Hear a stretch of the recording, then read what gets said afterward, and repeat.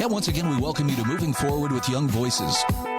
Hey, I'm happy to welcome Corey Walker, who is a Young Voices contributor as well as a journalist from Chicago with interests ranging from foreign policy to urban issues. Corey, great to have you on the show. Thank you for having me. Tell us just a little bit about yourself. I'm basically just University of Michigan student finishing up.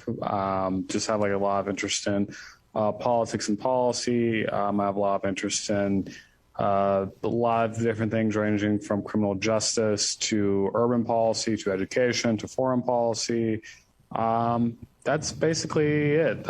I'm not that interesting of a person. I wish I had something interesting to say about myself, but I'm just kind of nerdy. That's all I can say about myself. I would beg to differ that you're not that interesting a person, but I'm saying that because I'm looking at an article you wrote for realclearenergy.org about how the U.S. can fight Russia with fracking. And wow. If there was ever a time we needed some clarity on, energy dependence, this is it. Talk to us a little bit about why is Russia such a big player today as far as producing energy, and talk to me about the role of fracking and how it could help the U.S. in its efforts to punish Russia, for the invasion of Ukraine. Well, I think we know that Russia is one of the biggest oil producers in the entire world. And many would say that they have a petro economy and that so much of their economy is built on exporting oil. And quite frankly, it's one of the reasons they've been able to get away with many of their human rights abuses domestically, but also abroad, is that they've been able to use their oil and a lot of their power in the energy sector as leverage against the West in general to kind of keep them at bay while they do things like invade Crimea or just oppress their own people domestically. I think that when it comes to the United States, the way that we can kind of help not just Ukraine, but also look towards the future is by trying to reorient the way that we approach energy. So I think that going towards the future, it would really help America to embrace fracking, because fracking is kind of like putting your destiny in your own hands, right? It's better to be able to extract oil on your own and energy on your own to be able to have that sort of independence to where you're not, having to have these debates about having your hands tied about whether we should confront Putin or even Saudi Arabia, right, for example. And I think that America for a long time has had to compromise national morals simply to keep the supply of oil and energy running in this country. And I think that by embracing fracking, that allows us to not do that, not be beholden to such malicious foreign enterprises such as Russia. I think that's a fair characterization on your part too. That if you gotta sell a little bit of your soul to have access to affordable energy, something's not right. Where does fracking come into the picture? Now I know that term alone is going to set environmentally minded people into a little bit of a state of panic. But what is fracking? What's the role that it plays in American energy independence? Well, it's a pretty complex issue. I think, as you said, fracking is deeply, heavily politicized for a wide variety of reasons. But I would say that the best way that I would be able to describe it would be fracking would be essentially injecting fluid at high pressures into underground rocks and formations underground to kind of open up fissures. That will allow trapped gas or crude oil to be able to flow through a pipe at the surface, right? So essentially you are, injecting fluid underground to kind of extract oil from underneath.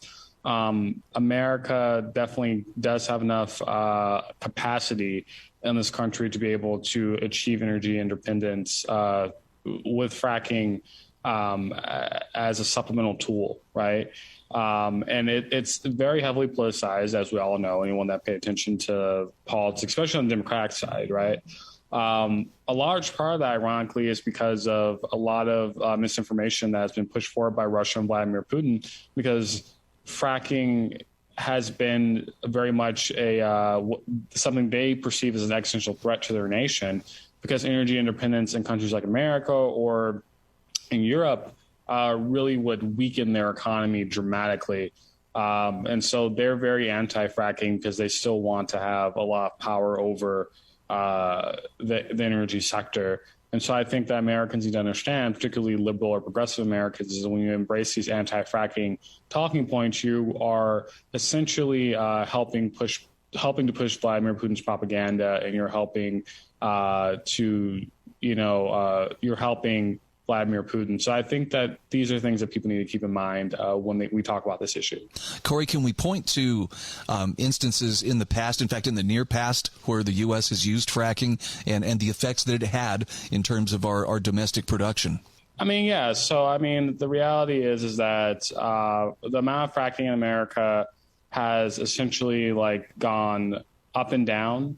But in 2013, we were number one in the world, right, in oil and gas production, right? That caused our crude oil prices to drop dramatically, literally by over 50%. And that really hurt OPEC countries, such as Saudi Arabia. The reality is that back in pre-2016, pre-2020, America actually was fracking at quite a high rate. The reality is that there's so much heated debate going around about it. It's so heavily politicized that we slowed that down by quite a bit. President Joe Biden was inaugurated. That caused a lot of it really disincentivized, I would say, investors from being willing to invest in fracking or oil extraction, largely because obviously everyone knows that Democratic politics have taken a large swing away from crude oil and just fossil fuels in general. So it's signaled to investors that we should not be that they should not be pursuing this as an opportunity. So because of that, that has helped oil prices to rise and spike dramatically. So when you look at your gas pump and you see how much you're paying, I think a large part of that does come from the fact that we do have a political party in power that has been very opposed to fracking and really fossil fuels in general. And I think that realistically speaking, we have to really look at that as one of the core issues if we really want to be able to move forward as a country that has energy independence. Yeah, there's a definite reality check. Every time we go to fuel up, everybody is feeling that pain. And of course, it translates into everything that's delivered to our stores as well. Yeah. So the Democrats, obviously, and the environmental lobby are quite in opposition. Is it just enough to, I mean, is it simply a partisan issue? Is there something bigger that's going to happen in Washington to bring this to the forefront to where people are willing to look at alternatives? I think it's become, unfortunately, a deeply partisan divide to where, if you're a Democrat and you say you support fracking, it's almost kind of like a third rail. I think Joe Biden was a little savvier in that he wasn't willing to go as far as some Democrats, like Bernie Sanders or Elizabeth Warren, to call for a national ban on fracking. But with that said, I also think that the die has been cast, right? It's a political issue. I think that particularly on the left, as you see certain personalities like Ilhan Omar or Rashid Tlaib or AOC kind of become ascendant, this becomes more and more toxic on the left. So it is, in my opinion, to answer your question, it is becoming more politicized. The right embraces fracking. I think that obviously renewable energy is great, but renewable energy is not at the stage to where we can have an entire country running on it, right? So I think that fracking is good, but unfortunately has become politicized. Part of that politicization comes, like I said, from propaganda being pushed forward by people like Vladimir Putin and the left that have really eaten it up uncritically. We've got just a little under 1 minute left, but I want to ask you, can we have the best of both worlds? Is it possible to still pursue renewable energy, but still continue to utilize fossil fuels as we work toward that? 100%. And I think that's what we have to do. I think we have to acknowledge that renewable energies are great, and having a carbon neutral future is great. We can want those things while acknowledging that the technology just isn't there at this point for us to realistically rely on it. So we need our fossil fuels. We should pursue renewable energies just because it's good for the environment and it's good for society in general. We can have the best of both worlds, but we have to be realistic and understand that fossil fuels are necessary today. Maybe 30, 40 years from now, that won't be the case.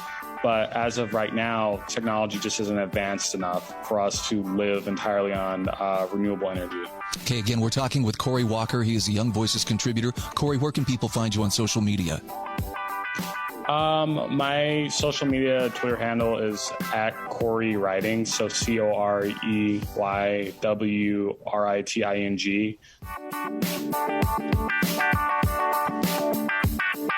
Welcome back to Moving Forward with Young Voices. Very happy to welcome Jack Salmon to the show.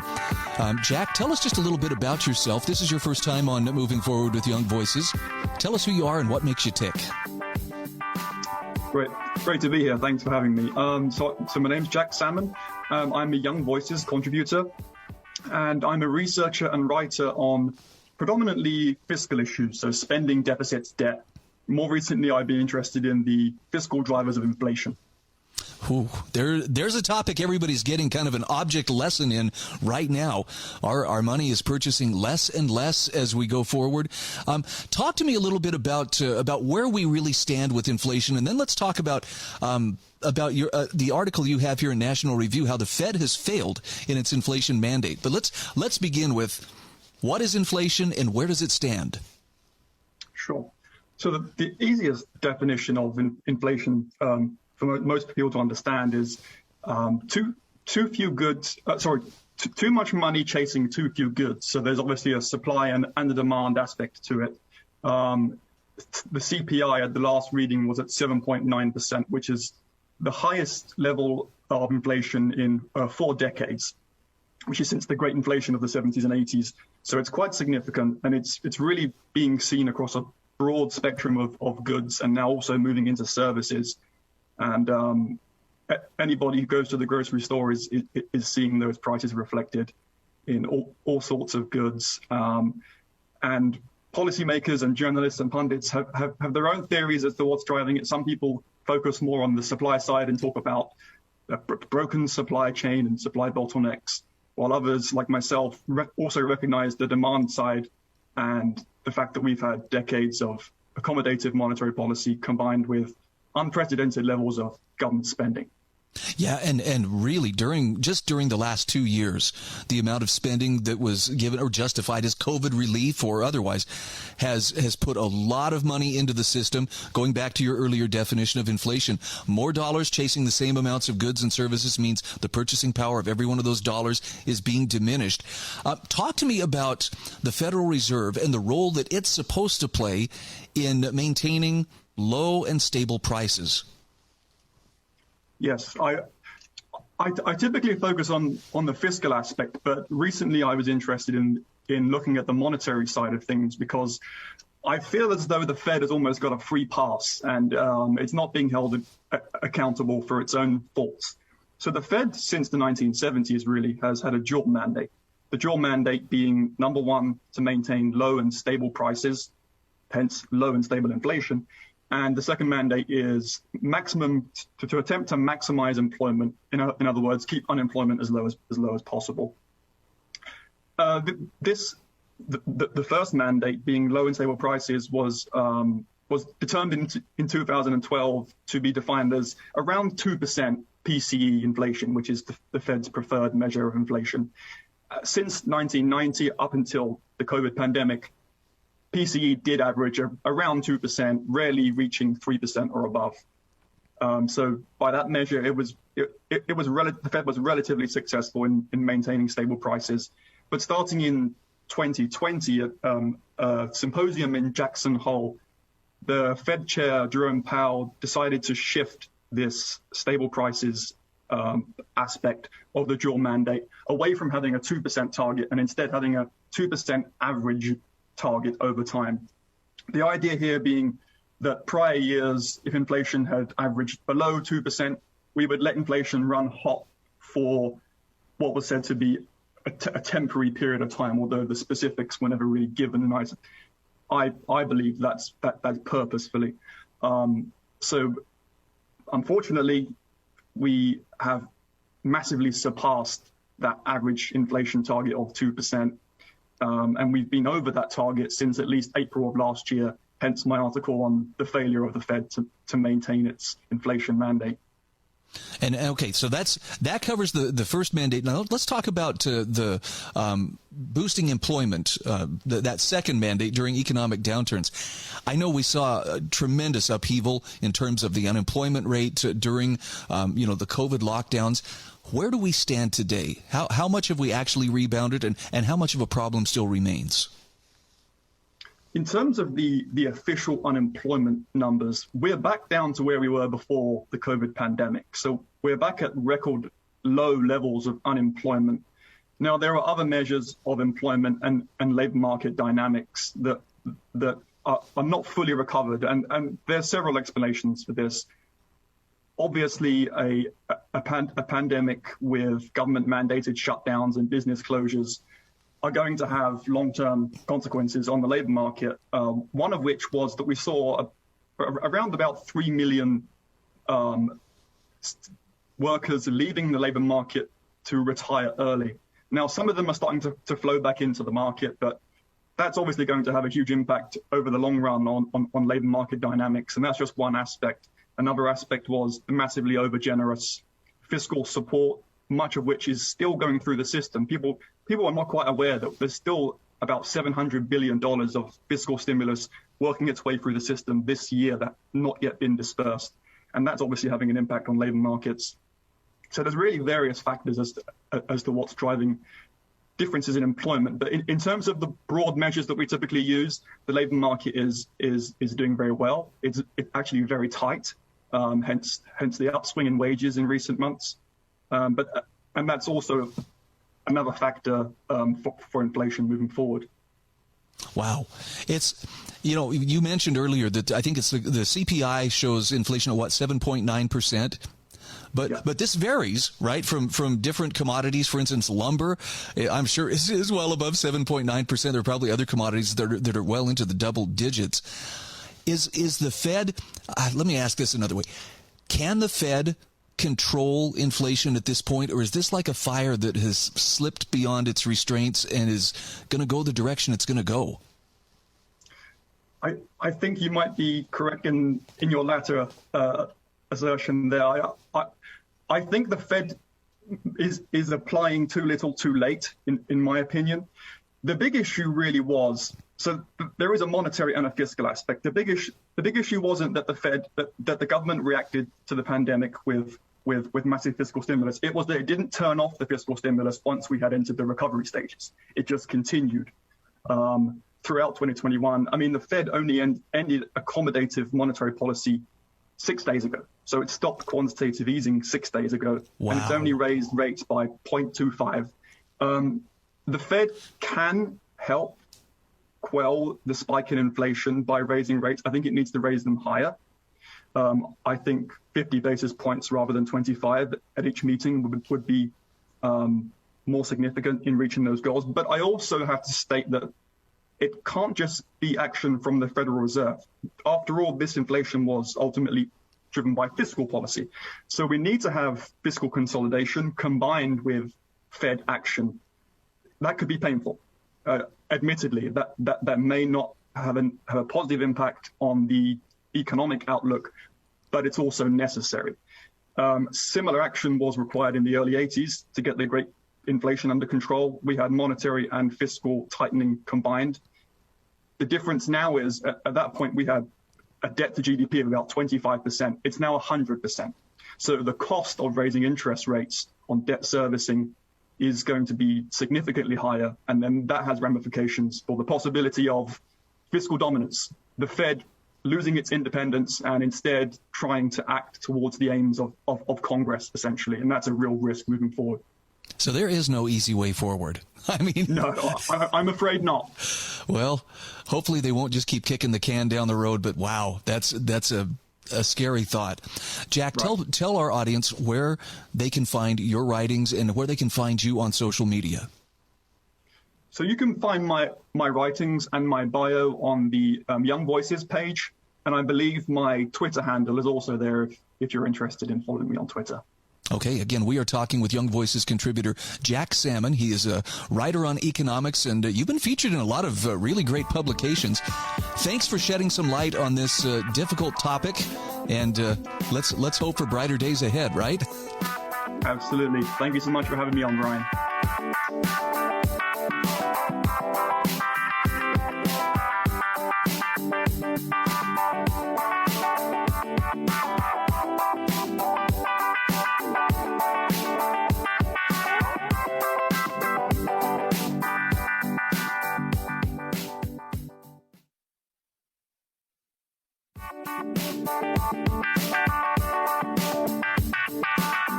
And we are back on Moving Forward with Young Voices.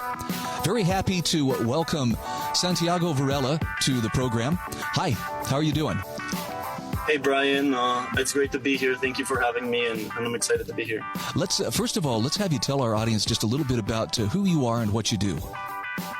Okay, so I am from Mexico City, born and raised here. I study economics at ITAM, that is a well-known school for its economics. And I am very passionate about science and technology. I write about this very often. I'm a contributor at Young Voices, and I also host a podcast where we talk about technological disruption. So I like to relate technology to what I study in economics. Well, I'm very anxious to pick your brain on this issue of CBDCs, central bank digital currencies.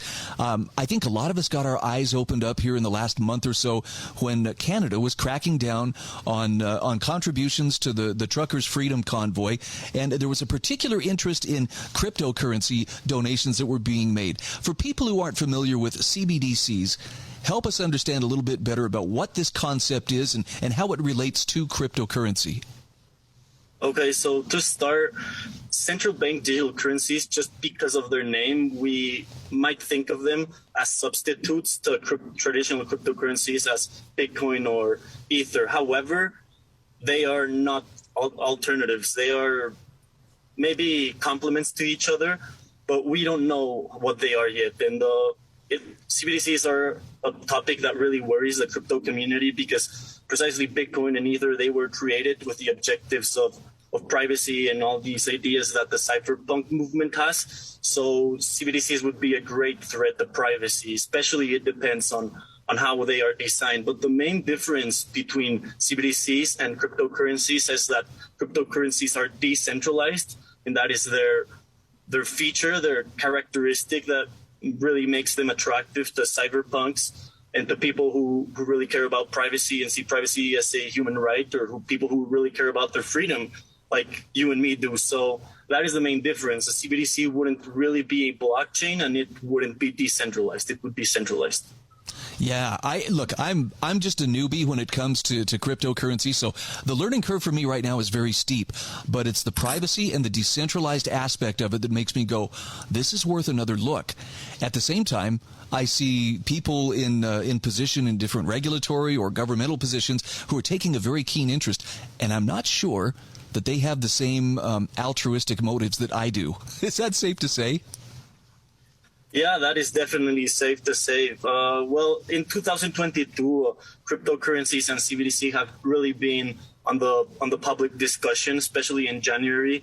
There was a paper released by the Federal Reserve. Then after that, in February, there was a joint publication between the MIT Digital Currency Initiative and the Boston Fed, which is out of the 12 Federal Reserve banks, it is the bank that the Fed would most rely on when it comes to crypto and technology strategies. And then we had the executive order a couple of weeks ago with President Biden. So on one side, we have people that are really want to make crypto go popular, and they want to especially make the United States be the center for cryptocurrencies because Bitcoin and cryptocurrencies are really akin, and they align to traditional American values like freedom of speech, and all of this. So on one side we have that, and we have majors like Major Francis Suarez that really want to foster cryptocurrencies. But on the other hand, we have people like Elizabeth Warren that are really skeptic about this, and mostly I would say is because they lack the understanding of this, and they don't understand the freedom aspects and the philosophical part behind cryptocurrencies, because it's not just all technical. There's really like a political philosophy behind all this. Well, and you mentioned earlier, privacy is a big part of that, and that increasingly that matters. I mean, you look at people, just for instance, people who donated $15 to the Canadian trucker freedom convoy, who find themselves, with the bank accounts frozen or threatened, that they could have their accounts frozen. And it's like, okay, maybe that privacy matters more than we thought. Now, I'm curious, did the Fed report have anything good to say about cryptocurrencies? And if so, what did they say? It's very curious, because the report published on January actually limited its words about cryptocurrencies to, I think it was just 2 sentences, and it was very skeptic, mostly because the Fed, the public feels like the Fed didn't really want to say something that would scare the markets before they had like a technical understanding about what they were talking about. So that's why we think they waited until February, when there was another report published, but it was between the Boston Fed and MIT. So they did touch on that. The curious thing about, and the exciting part about the report of February, is that if we see who the authors behind that white paper were, and you can Google them, look them up in LinkedIn and stuff, you're going to find that most of them are Bitcoin and crypto enthusiasts. There's some Bitcoin core developers. So it's very telling, that the people probably designing the future American CBDC are also crypto enthusiasts. So on one part it's that, and then I really want to touch on the privacy part that you were talking about, in Canada's issues with the truckers, because this is precisely like the marketing campaign for Bitcoin. What they are doing is they are precisely showing what the power of Bitcoin is, and it's that. Well, I'm going to talk a little bit here about history and history of money. If we go a little bit to Karl Menger from the Austrian School, founder of the Austrian School of Economics, he has this concept about the saleability of money, and that's what makes money hard and makes money what gives us sound money. But currently, Saifedean Ammous, who is the author of the Bitcoin Standard, took this concept of Karl Menger a little bit further, and he said that yes, money has to be saleable, but there's a new criteria to saleability, and it's precisely this privacy and decentralization criteria, because money cannot be hard and sound if there is someone putting constraints on when you can donate to truckers or when you can sell your money. So this is what precisely makes Bitcoin unique, that it is you can't restrain it. And then there's an interesting part. There's people that say no, it's because you can restrain a Bitcoin because there were some frozen accounts from exchanges, but that is just a lack of technical understanding, because exchanges aren't decentralized. And actually that's why in the crypto community they say not your keys, not your crypto. So yeah, this is a really important part that I wanted to touch upon.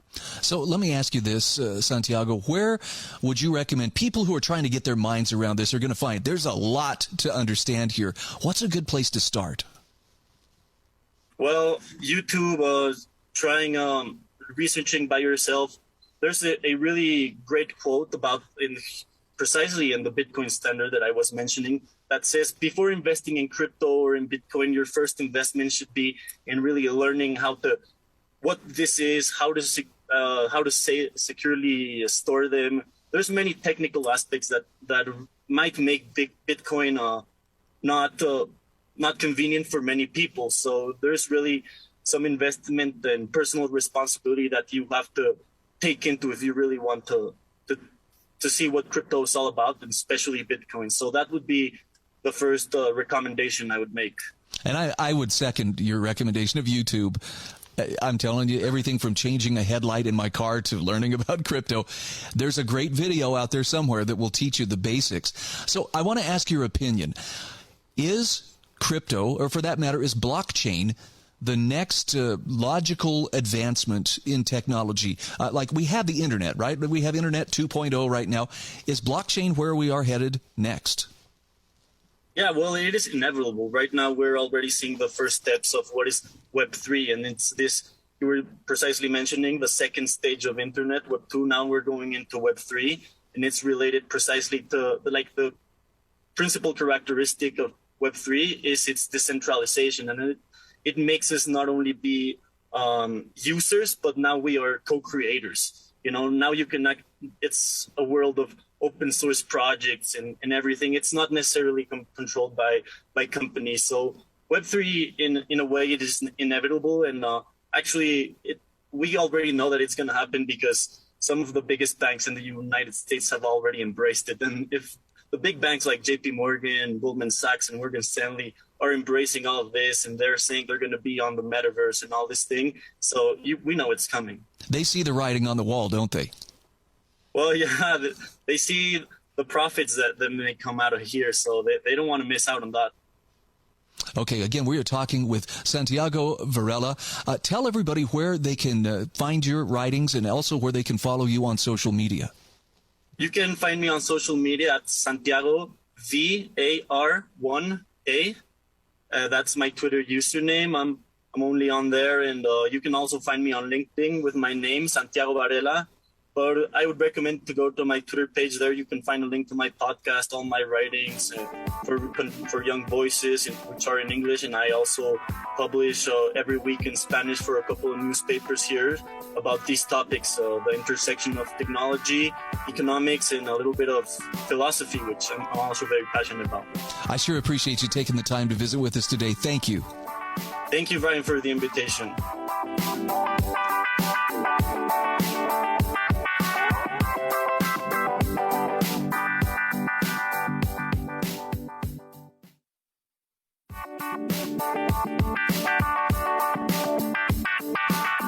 And we welcome you back. This is our final segment of Moving Forward with Young Voices today. Very happy to welcome Thomas Irwin, who is a Young Voices contributor. And Thomas, I understand you wear a few other hats as well. Tell us just a little bit about yourself. Yeah, well, thanks, Brian. I am a resident of East Los Angeles. I'm a contributor to Young Voices, but I also spent the better part of the last 8 years doing community and economic development in the faith-based nonprofit world. So practically what that looks like is doing microfinance, working with small businesses, doing job training, academic mentoring, and really just trying to help people achieve economic opportunity. But living in Los Angeles and specifically California, what I've discovered through the years is that in order to actually lift people up economically, you also have to look at policy, right? So our state, unfortunately, has a lot of what I would consider bad economic policies on the books. And so you can do a lot trying to work with individuals, help them gain economic opportunity. But unless you confront some of those bad policies that exist on the state and local level that hold people back, you're really not going to put people much further ahead than they were when you started, unfortunately. Now, Thomas, I'm looking at a piece you wrote for the OC Register talking about the California Environmental Quality Act. And I have to say, before I read this piece, I had no idea that CEQA even existed. But you talk about policy that can actually get in the way and trip people up. This looks like a prime example of it.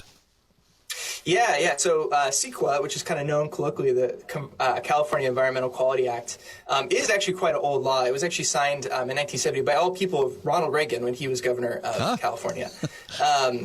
But there were real reasons, right, for the law to be put in place. Living in East Los Angeles, there's a lot of freeways. A lot of those freeways were built in the 60s. The government used eminent domain to take often low-income Mexican-American households' land to build those freeways through the community. And so there was a real sense that, hey, we need to do something to give local residents a chance to, defend their environment, right, their local environment. The problem is that CEQA, especially as time has gone on, has proven to just be a very poor tool to do that and has had loads of unintended consequences. So in the piece, I cite the specific example of UC Berkeley, which is one of our more prestigious universities, right? It's a household name. And they actually were going to be forced to freeze enrollment and deny admission to 3,000 young people because under CEQA, they had not gone through essentially the right paperwork to expand to house that many students. And a group of local residents in Berkeley were able to sue them and basically put a halt on these young people's path to admission to the university. Thankfully, in the last week, since I published the piece, the California State Legislature actually stepped in and voted unanimously to exempt student housing from CEQA. The problem is, Brian, is that CEQA actually it's far worse than that one example. There's numerous examples of CEQA being used to block things which, even just talking about the environment, right, have undeniable environmental benefits, right? So CEQA is used routinely to block solar panels from going up in communities. Right, is blocked bike lanes, and I think most wow. impactfully, yeah, it's crazy, right? Like, those are things that you would think would be slam dunks from an environmental perspective, right? Especially when local people want to put these things up on their property, right? The government shouldn't be standing in the way of people taking those steps. But most importantly, it is routinely used to block new housing. And this is really important because, as many people know, California has a terrible housing crisis. It's having a tremendously negative impact on my kind of neighbors and friends here, in Los Angeles. My wife and I would like to buy a house. We can't at the moment because it's too financially affordable. And there's many reasons, there's many policies on the books that contribute to that, but CEQA is a key one. And this is in spite of the fact that we know that new housing is on net a slam dunk for the environment, right? New housing is just technologically better. New housing, especially in urban areas, allows people to walk more often, to choose to walk more places, access more places more easily. And obviously, it's a huge economic driver, right? So CEQA is basically a tool that is being used against the environment at this point, often by local residents who they don't want change in their community. Using examples of California's bad policy, I think CEQA is near the top of the list. Is this a case where once a policy is in place, it becomes almost an immovable object? In the sense that, reform or removal of it, this is the way we've done things since 1970, and, therefore we just have to keep doing things this way, even if we're getting diminishing returns on why the policy was instituted in the first place? Yeah, absolutely. Absolutely. It's a case of, in some ways, just inertia, right? Policymakers, even when it's clear that a law is harming people, has real harms, and I think in CEQA's case, that is very much the case. If you ever read a CEQA report, it can be hundreds and hundreds of pages.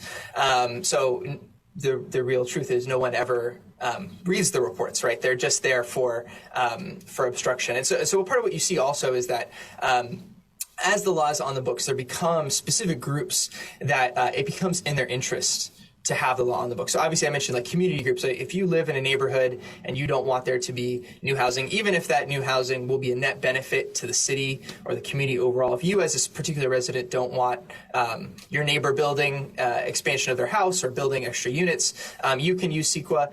It's also a tool used by organized labor, right, to try to get better contracts, right, because they know that developers do not want CEQA. They don't want to go through the process. So they'll often compromise, and in lieu of a suit that would bring CEQA into play, they'll give better terms, right? I'm not someone who is categorically opposed to organized labor, but if you look at the construction trade specifically in California, they have some of the most lucrative contracts of any kind of construction industry in America, and it's often because of CEQA. They are given kind of sweetheart deals. And so there actually are a lot of interests who want to see CEQA continue because they personally benefit, even though the whole state, right, your average resident in the state is not benefiting from CEQA. But those voices are very loud in Sacramento in the state legislature. And again, politicians often just are unwilling to change things, right, even when they see the clear harms. Something you point out in your article in the OC Register is that there was actually a choice between scarcity and more of an abundance, economic abundance approach to this. And it appears that the folks in power have chosen scarcity. Let's deal with scarcity as opposed to creating economic abundance. Yeah, no, absolutely. And I think in this way, CEQA is actually a good symbol of a broader problem in California. California has, in some ways, one of the most vibrant and growing economies, right? We have the world's biggest tech sector, most successful tech sector if you just look at economics. We have lots of jobs being created. We should be, and historically have been, a hub for economic growth and opportunity. But right around the time CEQA was passed, the 70s, there was kind of a mindset shift, right? California started to believe that, hey, there's too many people here, right? And it's even something you'll explicitly hear people say at neighborhood meetings, often when CEQA is being invoked, right? That why are people moving here, right? We have too many people here. They should move somewhere else. And I think that's just a fundamentally misguided idea. I think economic growth is one of the greatest things that we've seen in America in this century. It has included far more people in economic prosperity, allowed them to achieve the American dream, and even is good for the environment, right? Like when you have a growing economy, it allows you to invent things like solar panels, like Tesla cars, right, that are long-term good for the environment, right? So I think we've just fundamentally in California come to see economic growth as something negative, when actually it's in many ways foundational to all these other values, right? In order to have inclusive economic growth, in order to have environment, in order to protect individual rights, it's easier to do those things when you have economic growth. And so I think, in many ways, CEQA just illustrates that we in California need to embrace growth, right? More jobs, more housing, more people being included in prosperity. That's really the vision I think that California used to have, and I think we as a state, at least residents who care, need to reclaim the good that comes with economic growth. So where does the actual motion, the actual movement to reform CEQA begin? Yeah, so like I said, the state legislature thankfully took an incremental step this past week to exempt student housing from CEQA, and I think that's a great first step. As I argue in the article, I think we need to go bigger. I think we should go as far as making all new housing, they call it infill development, right? If you've already developed a piece of property, you should not, CEQA should not apply. Right, if you're trying to build new housing on that property. We know there's been enough economic studies to know that new housing in these circumstances will be an environmental benefit, and I don't believe that CEQA serves its purpose by delaying these properties, making them more expensive, delaying how long they'll be implemented by using CEQA. Okay, again, we are talking with Thomas Irwin. He is a Young Voices contributor as well as works for a faith-based nonprofit in Los Angeles focused on economic development. Tell us where people can follow your writing and where we can find you on social media as well. Yeah, great question. Well, you can read the original piece. It's Time to Reform CEQA at the OC Registrar. You can also follow me. I have a Substack blog. It's called Thomas Pontifications. And you follow me on Twitter. I'm Coach Thomas LA. I coach basketball in some of my spare time, so that's where the name comes from. I'll post on there whenever I write, and also various commentary on California politics. So if you're interested, please follow me and learn more. Okay, great visiting with you, Thomas. Let's talk again soon. All right. Thank you, Brian.